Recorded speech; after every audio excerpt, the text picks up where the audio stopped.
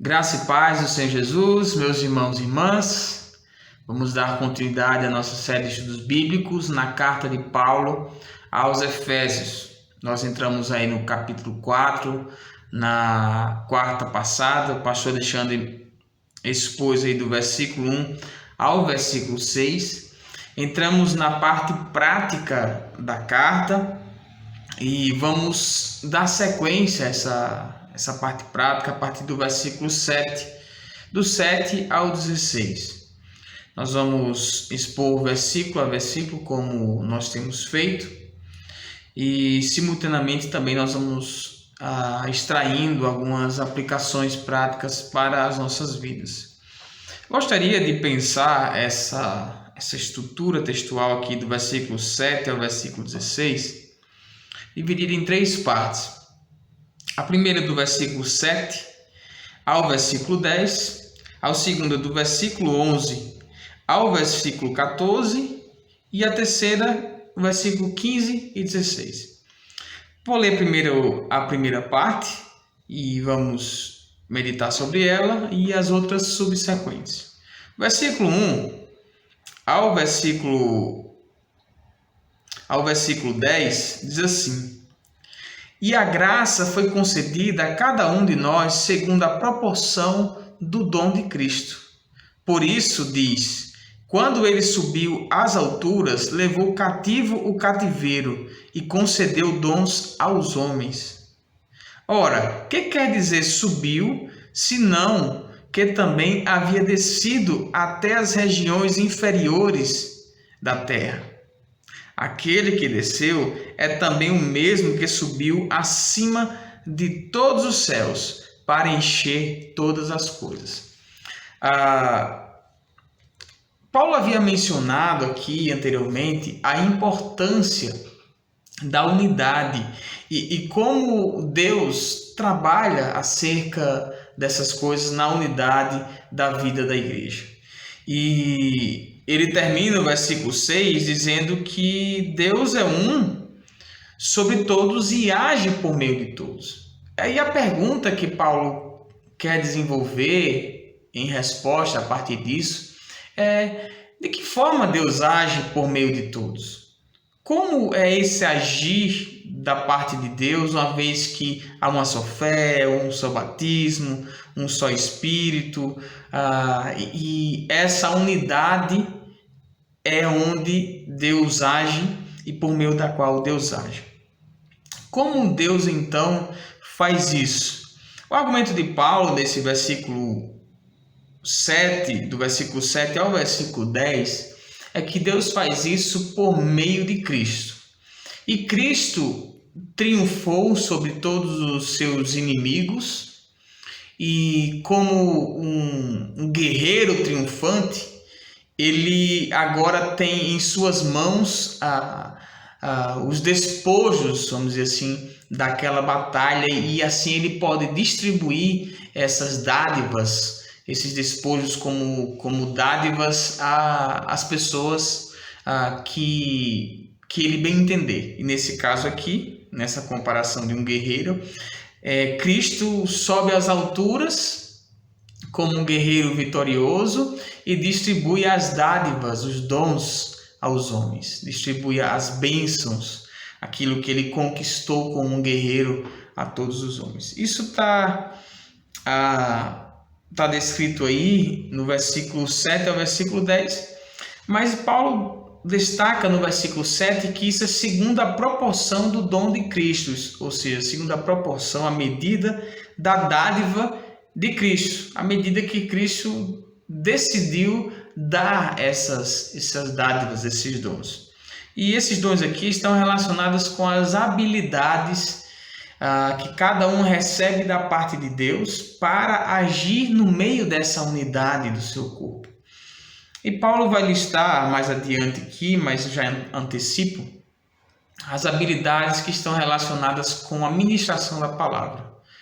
E esse é o ponto fundamental para a perseverança, para a permanência nessa unidade para a qual Deus nos salvou. E cada um vai receber isso de acordo com a proporção que Cristo nos dá.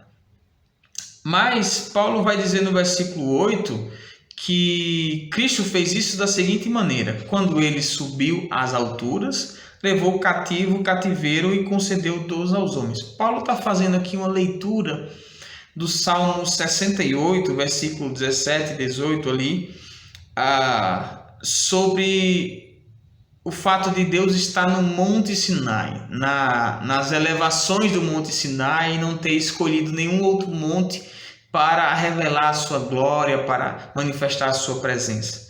Paulo interpreta isso da seguinte forma: Jesus, ele foi elevado a essas alturas, ele subiu a essas alturas, que no caso aqui é a sua posição atual de glória e de glorificação, né? E nessa posição atual ele distribui dádivas aos homens, distribui dons aos homens como um guerreiro que distribui seus despojos entre os homens que ele quer fazer isso, né? E Paulo vai explicar isso no versículo 10 para dizer assim: olha, aquele que desceu é também o mesmo que subiu e está acima de todos os céus para preencher todas as coisas. Mas antes ele faz uma pergunta: o que quer dizer subiu, senão aquele que havia descido às regiões inferiores da terra? E aqui a gente precisa entender um pouco essa questão das regiões inferiores da terra. Alguns intérpretes têm entendido essa expressão regiões inferiores da terra como uma possível descida de Cristo ao inferno ou ao mundo dos mortos, né? Como se tem até mesmo divulgado aí que Jesus foi aquele que desceu ao inferno, tomou as chaves do diabo, e fez um movimento ali no mundo dos mortos. O fato é que essa expressão, as regiões inferiores da terra, ela deve ser entendida simplesmente como a encarnação de Cristo. Cristo desceu à terra.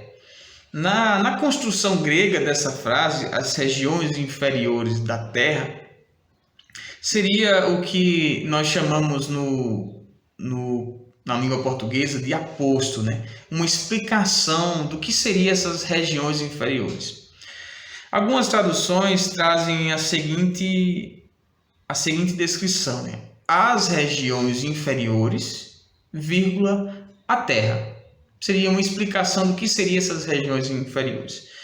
E Paulo está querendo dizer, nesse sentido aqui, que Cristo desceu à terra. Cristo desceu para o seu estado de encarnação e viveu aqui como homem. E tendo padecido e vivido sob todas as circunstâncias como homem, até mesmo a morte, ele foi ressuscitado por Deus e foi glorificado, isso é, elevado, subiu às alturas. E nessa posição agora de honra e de glória, ele também recebeu a posição de abençoador. E como abençoador, ele distribui essas dádivas. E essas dádivas são, de fato, as habilidades que cada um recebe de Cristo para atuar dentro da igreja, dentro do seu corpo. Então, Paulo explica aqui como esses dons foram dados. O processo que aconteceu antes disso foi que Cristo recebeu toda a autoridade para doar esses dons a cada um de nós e fazer com que a igreja ande em unidade, viva em unidade. Deus é esse que age por meio de todos. E ele faz isso em Cristo, por meio de Cristo, a partir do momento em que Cristo recebeu toda essa autoridade para distribuir esses dons, e assim ele os distribui.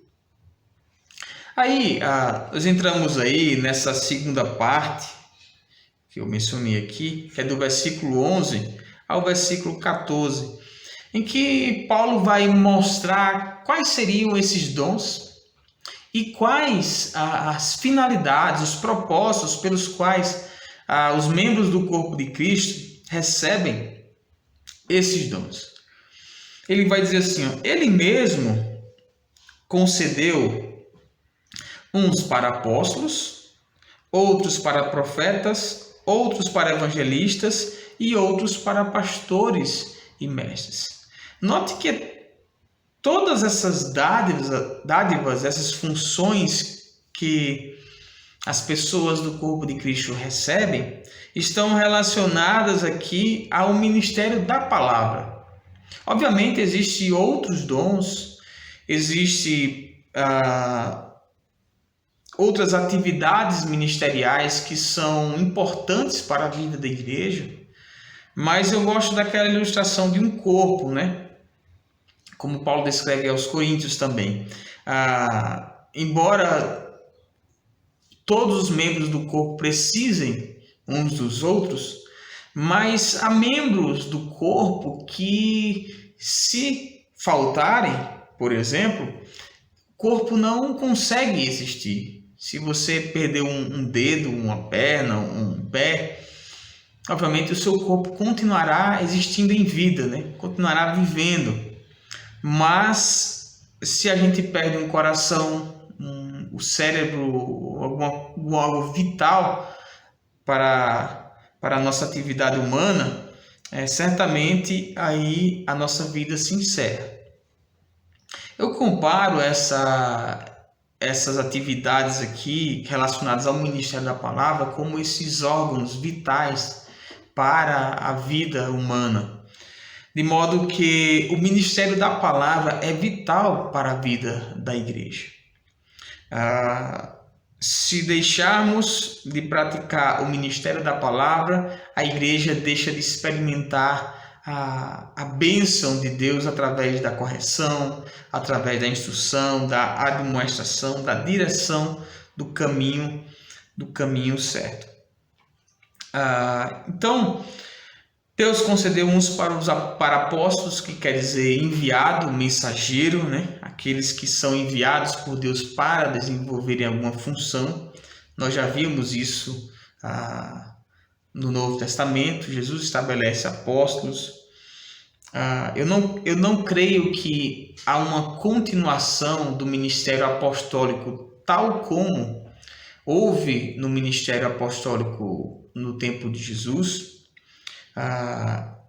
Embora nós não podemos negar que há uma continuação da ideia de alguém ser o mensageiro das boas novas, o mensageiro da palavra. Então, se nós pegarmos a palavra em si, mensageiro, nós somos mensageiros de Cristo, né? Nós somos apóstolos nesse sentido. Mas não conforme nós vemos atualmente as pessoas arrogando algum tipo de prerrogativa apostólica sobre si, porque eles continuam uma ordem apostólica a partir dos 12, a partir até mesmo do apóstolo Paulo. Então, Deus estabelece esses mensageiros das boas novas na vida da igreja. Outros para profetas. Profetas aqui são aqueles que pregam a palavra, anunciam a palavra. Aqui não está necessariamente ligado àqueles que dizem alguma coisa sobre o futuro, aqueles que chegam para você e dizem: é isso que te digo. Os profetas aqui são aqueles que anunciam a palavra, que pregam a palavra, que expõem a vontade de Deus sobre quaisquer circunstâncias da nossa vida. Quando alguém prega a palavra, aplica essa palavra à vida da igreja, essa pessoa está sendo um profeta de Deus, essa pessoa está sendo uma profetisa de Deus nesse sentido. Evangelistas são aqueles que têm a incumbência dada por Deus de se comprometerem com a propagação do evangelho. É diferente daquele que, por exemplo, aqui vai exercer a função de pastor e mestre.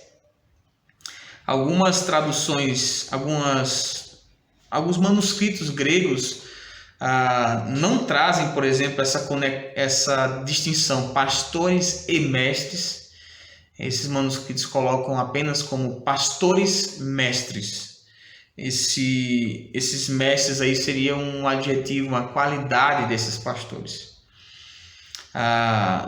Se entendêssemos assim, ou melhor, se entendermos assim, significaria dizer que Deus chama todos os pastores para serem mestres da palavra, para serem estudiosos da palavra, para serem uma espécie de doutores da palavra, excluindo assim aquela possibilidade do pastor ser um pastor preguiçoso, um pastor que não se dedica na instrução, não se dedica na busca pelo conhecimento da palavra, e dessa forma aí ele estaria fora dessa categoria pastores mestres.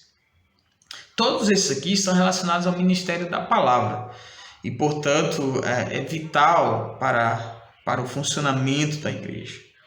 Jesus distribuiu esses dons na vida da igreja. Como você se entende a partir dessa lista? Você é aquele tipo de pessoa que sempre traz uma palavra de consolo, sempre traz uma palavra de encorajamento. Quando você é desafiado a levar uma palavra de exortação para alguém, você vai e assim faz. Você está sempre ali esperando uma oportunidade apropriada para compartilhar o evangelho, seja no ônibus, seja pela internet, seja em qualquer situação. Você pode aí ser classificado como um evangelista. Você sente o chamado ao ministério pastoral para supervisionar, visitar, aconselhar, estar intimamente próximo das pessoas para cuidar delas. Deus pode estar chamando você para o ministério pastoral, para o ministério de aconselhamento, que não está descrito aqui, mas faz parte também do ministério da palavra. Se nós pensarmos em tudo isso, qual o propósito de Deus com todos esses dons?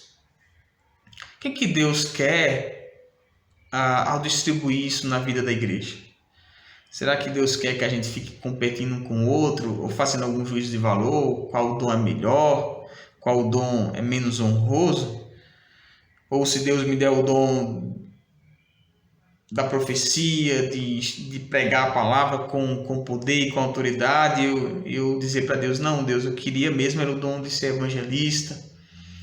E assim eu questionar a intenção de Deus e o propósito de Deus ao me dar determinado dom. Qual a intenção de Deus na verdade? A continuação dos versículos vai nos explicar o que Deus quer com isso. Aí note comigo aí o versículo 12. O texto diz assim: com vistas ao aperfeiçoamento dos santos para o desempenho do seu serviço, para a edificação do corpo de Cristo. Então Deus quer com isso nos aperfeiçoar. Como é que Deus nos aperfeiçoa? Deus tem várias formas, obviamente, essa não é a única. Deus nos aperfeiçoa na nossa leitura bíblica, na nossa oração pessoal, mas quando Deus dá esses dons a nós, Deus tem o intuito de, a partir deles, nos aperfeiçoar, tornarmos cada vez mais perfeitos, no sentido de completos. E isso tem uma finalidade também. Para que você fica cada vez melhor na vida cristã, na fé em Cristo? Para que você cada vez mais se aperfeiçoa? O texto vai dizer, para o desempenho do seu serviço. Isso é, do serviço de Deus, do serviço que honra Deus, das coisas do reino de Deus, para a edificação do corpo de Cristo. Então note que é algo meio cíclico, né? Deus levanta essas pessoas com esses dons, essas pessoas desempenham o serviço delas no reino de Deus, na igreja, aperfeiçoando outras pessoas, e essas outras pessoas também vão edificar ali o corpo de Cristo. A ideia é crescimento saudável. Deus faz isso para que a sua igreja receba ali toda a instrução, todo o alimento necessário para o crescimento. E esse crescimento é um crescimento que procede de Deus, que procede daquilo que Deus estabeleceu. Aí no versículo 13, Paulo introduz esse versículo com a expressão até que. Até que. Isso nos dá a ideia de uma duração. Qual seria a duração desse processo de aperfeiçoamento pelo qual os santos passam para desempenhar um bom serviço para o reino de Deus e a edificação do corpo de Cristo? Qual a duração desse processo? Que alvo ele quer alcançar? O texto diz, até que cheguemos à unidade da fé. Para onde Deus está nos conduzindo com tudo isso? Para a unidade da fé. Para que essa unidade da fé, Paulo já havia mencionado aqui anteriormente, nos versículos de 1 a 6, essa unidade da fé é a unidade que representa a nossa harmonia de pensamento. Essa harmonia de pensamento tem em vista a harmonia entre os pilares da nossa fé, entre as coisas pelas quais são inegociáveis. É como se nós disséssemos assim, nós devemos chegar à unidade da fé de modo que pensemos a mesma coisa acerca de Cristo, acerca de Deus, acerca do Espírito, acerca da palavra, acerca da ressurreição, acerca da salvação, acerca da graça, acerca da fé. E dessa forma nós nos entendamos, melhor dizendo, como um só povo, uma unidade. Até que cheguemos a esta unidade da fé e do pleno conhecimento do Filho de Deus. Esse versículo 11, ele é chave nessa passagem, porque ele vai apontar para o seguinte alvo. Deus quer que todos que receberam esses dons dados por Cristo exerçam esses dons com a finalidade de que todos que são beneficiados pelo exercício desses dons sejam cada vez mais parecidos com Jesus. É essa a finalidade. Se nós quisermos alguma finalidade da nossa caminhada cristã e do nosso progresso em aperfeiçoamento, a finalidade é até que cheguemos pleno conhecimento do Filho de Deus, a perfeita varonilidade, à medida da estatura da plenitude de Cristo. Deus quer que sejamos mais parecidos com Cristo. É esse o desejo de Deus para a minha vida, é esse o desejo de Deus para a sua vida. E como é que Deus faz isso? Deus faz isso pelo ministério da palavra na sua igreja. E Deus faz isso porque Ele deu dons por meio de Cristo a essas pessoas. De modo que, mesmo sendo um só povo em Cristo, nós temos diferentes funções, mas com o propósito de fazer com que cada vez mais sejamos um, tendo como o modelo de unidade, o modelo ao qual devemos nos assemelhar, Cristo Jesus. E é interessante Paulo usar essa figura da varonilidade, da estatura, plenitude. São expressões que denotam maturidade, são expressões que denotam um crescimento tal que contrasta com uma pessoa que ele vai mencionar no versículo 14, para que não sejamos como meninos. Então, Paulo aqui quer contrastar a perfeita varonilidade de Cristo com o caráter de menino, com as características de um menino, né? E quais são essas características? Agitados de um lado para o outro e levados ao redor por todo o vento de doutrina. Essa característica de uma criança, do menino. Ele é instável nas suas emoções, nas suas atitudes, aquilo que quer, naquilo que pensa, uma hora quer uma coisa, outra hora quer outra. E ele é levado justamente por essa agitação.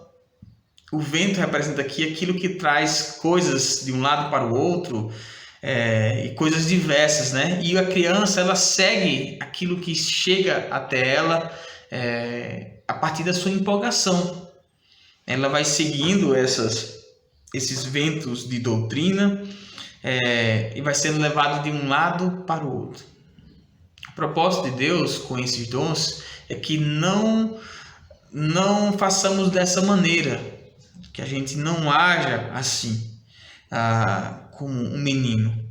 E uma das características disso aí é que um vento de doutrina e pela artimanha dos homens que pela astúcia induzem ao erro, caracteriza que o maior perigo dessa situação toda é justamente o falso ensino, a falsa doutrina, o erro, o engano, aquilo que distorce as palavras do Senhor Jesus, a palavra de Deus, né? Então, o menino, ele tem dificuldade em distinguir aquilo que é certo, aquilo que é errado, ele precisa ser instruído.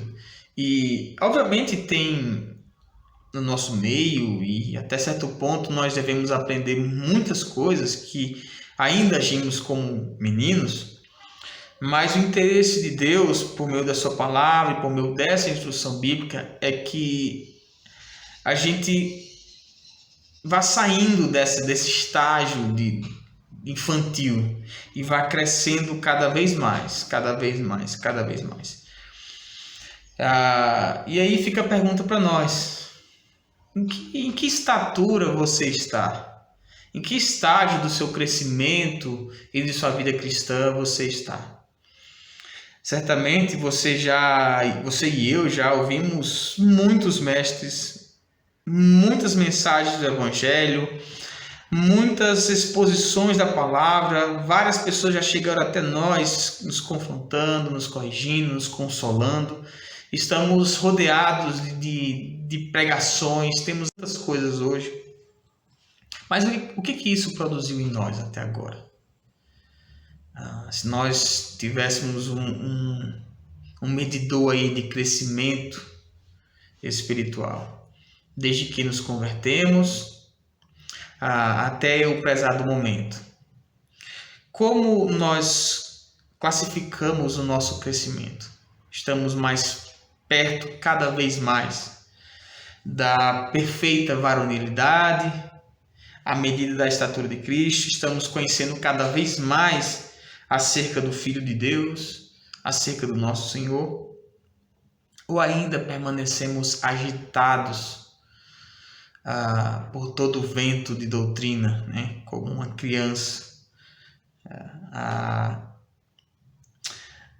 A palavra de Deus, ela se preocupa com esse nosso crescimento, de modo que também nós não podemos ignorá-lo.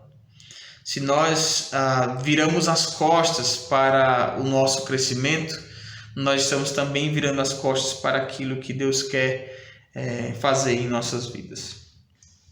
Então, Deus, nesse caso aqui do versículo 11 ao versículo 14, é aquele que dá esses dons por meio de Cristo.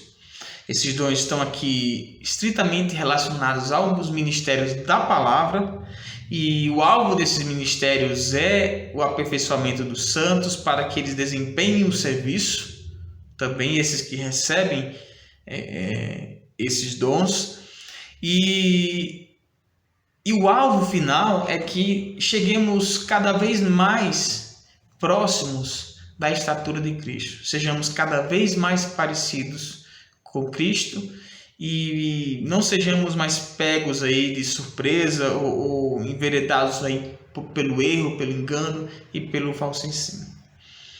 Por último, aí no versículo 15 e o versículo 16, uma palavra que me chama a atenção aí é a palavra amor, ou a expressão em amor. Paulo está aqui retomando algumas ideias já que ele expressa em outras cartas, né, que é a ideia da presença do amor, ou fazer tudo pelo amor, fazer tudo baseado no amor, amor sem hipocrisia, amor sem fingimento. E por isso que ele vai dizer no versículo 15: mas seguindo a verdade em amor, cresçamos em tudo naquele que é a cabeça, Cristo. Isso é o ponto orientador para o exercício desses dons. Se queremos que Deus seja honrado e glorificado em nossas vidas, no exercício desses dons e nesse crescimento, a resposta do apóstolo Paulo é: faça tudo em amor. Que esse crescimento seja em amor.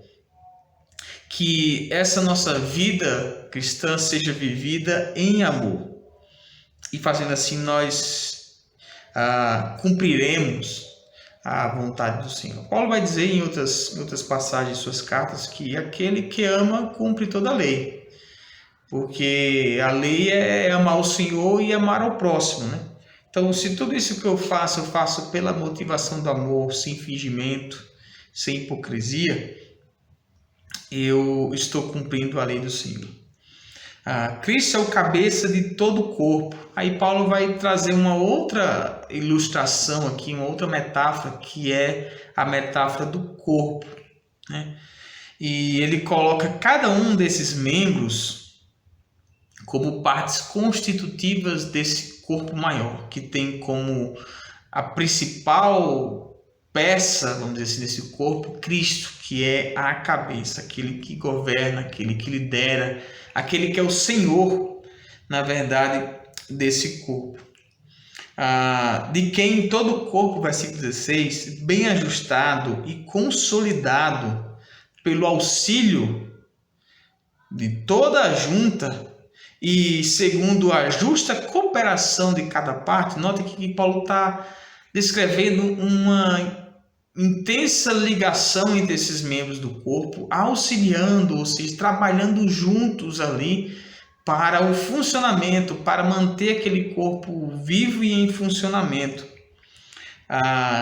Quem do meio do nosso corpo, da igreja, né, que nós podemos olhar assim e dizer assim: olha, esse aqui tem crescido na fé, tem sido aperfeiçoado e eu tenho tido o privilégio de fazer parte desse crescimento.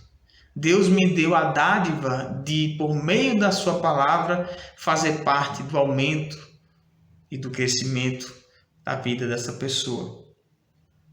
Quantos de nós poderíamos falar isso? Com quem eu estou cooperando para o crescimento? Com quem eu estou unindo ali as minhas forças, as minhas juntas, pegando essa comparação do corpo? E somando forças ali, estamos promovendo o crescimento para um outro corpo, um outro membro do corpo, né? E é tão importante essa parte do em amor, e aqui eu pego como exemplo a carta de Paulo aos Coríntios, que note que ali muitas pessoas tinham esses dons da palavra. Só que esses dons eram executados e praticados com motivações totalmente erradas. E Paulo vai dizer: olha, se tudo isso for feito sem amor, não adianta nada. De nada aproveita. Eu estimulo você a pedir a Deus esses dons. Peça ao Senhor: Senhor, me dá dons para que eu possa contribuir para o crescimento da vida da tua igreja. E peça que Deus oriente o seu coração para o exercício desses dons, dessas funções, em amor. Nada valerá para nós se exercermos os ministérios que Deus nos deu sem amor. E esse amor deve ser direcionado para Deus e para o outro, para o nosso irmão.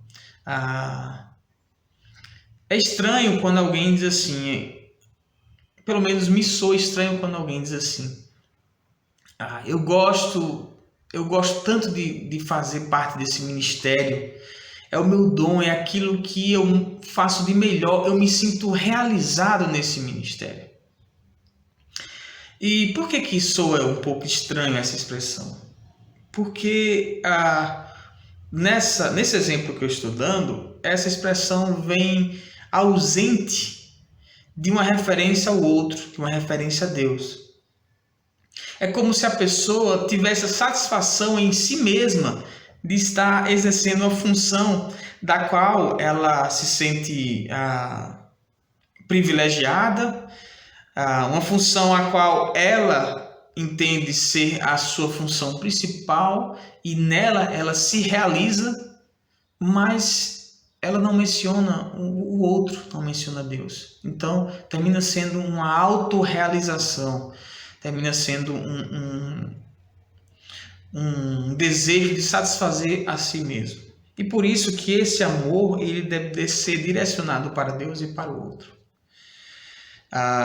Então, em suma, resumindo esses três pontos, essas três estruturas que eu mencionei aqui para os irmãos, Paulo aborda a continuação da parte prática dessa carta, mostrando que essa unidade para a qual Deus o chamou, que une todos os tipos de pessoas, e Paulo está combatendo aqui os gentios e os judeus, e dizendo que Deus fez desses dois povos um só, e nessa união aí, Deus, através de Cristo, distribui dons, e esse mesmo Deus é o que age em todos e por meio de todos, e esse agir de Deus se manifesta de maneiras muito diversas, e essa diversidade são justamente os dons, e especificamente aqui são os dons relacionados ao ministério da palavra, que é por meio dele que Deus faz com que a igreja cresça com o objetivo de se tornar cada vez mais parecida com Cristo. Tudo isso para nos tirar do estágio da infância cristã, da meninice, para não sermos levados pelo erro, pelo engano, pela falsa doutrina. E o apelo de Paulo, o apelo final é: cresçamos em tudo naquele que é o cabeça, Cristo. E isso tem a ver com a execução desses dons em amor. Porque quando agimos em amor, esse corpo, cooperando, cada um dos seus membros, uns com os outros, promove o crescimento mútuo. E esse crescimento é o crescimento que glorifica o Senhor. Que Deus nos abençoe com essa palavra, que Deus enriqueça a nossa vida, que Deus nos aperfeiçoe para servirmos cada vez mais a Ele e cresçamos em tudo naquele que é o cabeça. Cristo Jesus, o Senhor da igreja e o Senhor das nossas vidas. Que Deus abençoe, que essa palavra produza fé em seu coração, no nome de Jesus. Amém.